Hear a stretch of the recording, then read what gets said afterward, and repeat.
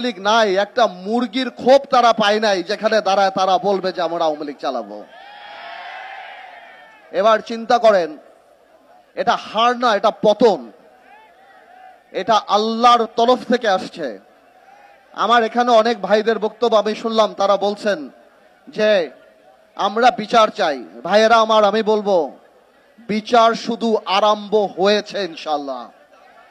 এই বিচার এমন ভাবে হবে যে বাংলাদেশে আওয়ামী লীগকে সবাই মীর জাফর লীগ হিসাবে জানবে আগামী 100 বছরে।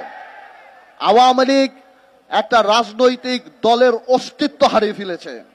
এই আওয়ামী লীগের 71 সালে যে অবস্থান ছিল, আজকে আওয়ামী লীগ যেই ক্যারেক্টার, যেই চারিত্রিক বৈশিষ্ট্য চলে আসছে, আওয়ামী লীগ কোনো মানুষের দল হতে পারে না।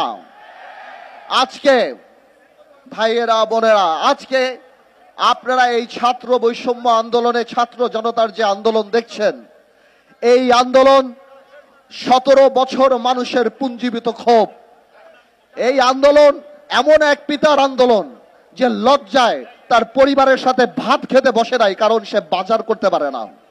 এই আন্দোলন সেই আন্দোলন যারা শেয়ার মার্কেটের সর্বস্ব হারিয়ে সুইসাইড করেছে, আত্মহত্যা করেছে। এই আন্দোলন সেই আন্দোলন যখন মানুষ বাজারে যাওয়া বন্ধ করে দিয়েছে, বলতো বাজারে গেলে আমরা লজ্জা পাই। এই আন্দোলন গত 17 বছরে আমরা জেল খেটেছি, আমাদের বিএনপির সতীর্থরা জেল খেটেছে। আজকে খালেদা জিয়ার মতো একটা নেত্রীকে কিভাবে বাড়ি থেকে বের করে এনে অপমান করার জন্য 2 কোটি টাকার জন্য জেল কাটিয়েছে। তারেক রহমানের স্ত্রী, তারেক রহমানের পরিবার সহ সবাইকে এই সরকার, গত সরকার, আওয়ামী দুঃশাসনের সরকার, 2টা মাত্র থিওরিতে বিশ্বাস করে। এক হলো শত্রু, এক হলো ষড়যন্ত্র।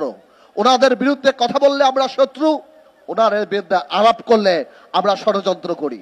এই 17 বছরে তারা এই কাজ করে করে মানুষের মনের মধ্যে থেকে জায়গা এমন ভাবে তাদের চলে গিয়েছে যে তারা তো পুলিশ দিয়ে খালেদা জিয়ার বাড়ি খালি করেছিল, আজকে বাংলাদেশের জনগণ সেই গণভবনকে তাদের কবরের ভবন বানিয়ে দিয়েছে। আমি শুধু এতটুকুই বলবো, যারা শহীদ হয়েছেন, যারা আহত হয়েছেন, 17 বছরে যারা আহত হয়েছেন, আমার মনে হয় সরকারের পাশাপাশি একটা এই বৈষম্য বিরোধী আন্দোলনে যারা ছিল তাদের একটা লিয়াজো কমিটি আমাদের দলদের মাঝখানে করে দেওয়া উচিত। মাঝখানে আমরা অনেককে সাহায্য করতে চাই, কিন্তু আমরা পারি না, আমরা পাই না, আমরা যোগাযোগ ব্যবস্থা স্থাপন করতে পারি না।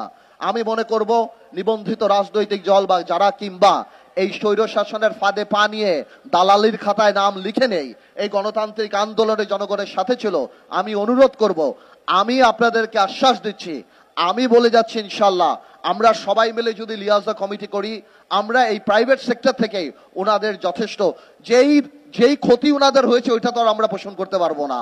কিন্তু আমি সবসময় বলি, ইমোশন তো ভালো, তবে পুনর্বাসন ইমোশনের চেয়ে বেশি ভালো।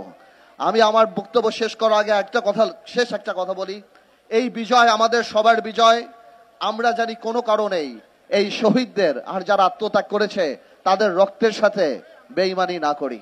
সামনের বাংলাদেশে আমরা জানি আল্লাহকে ভয় পাই, ক্ষমতাকে দায়িত্ব হিসেবে দেখি এবং এই রক্তের যথাযথ সম্মান দিতে পারি।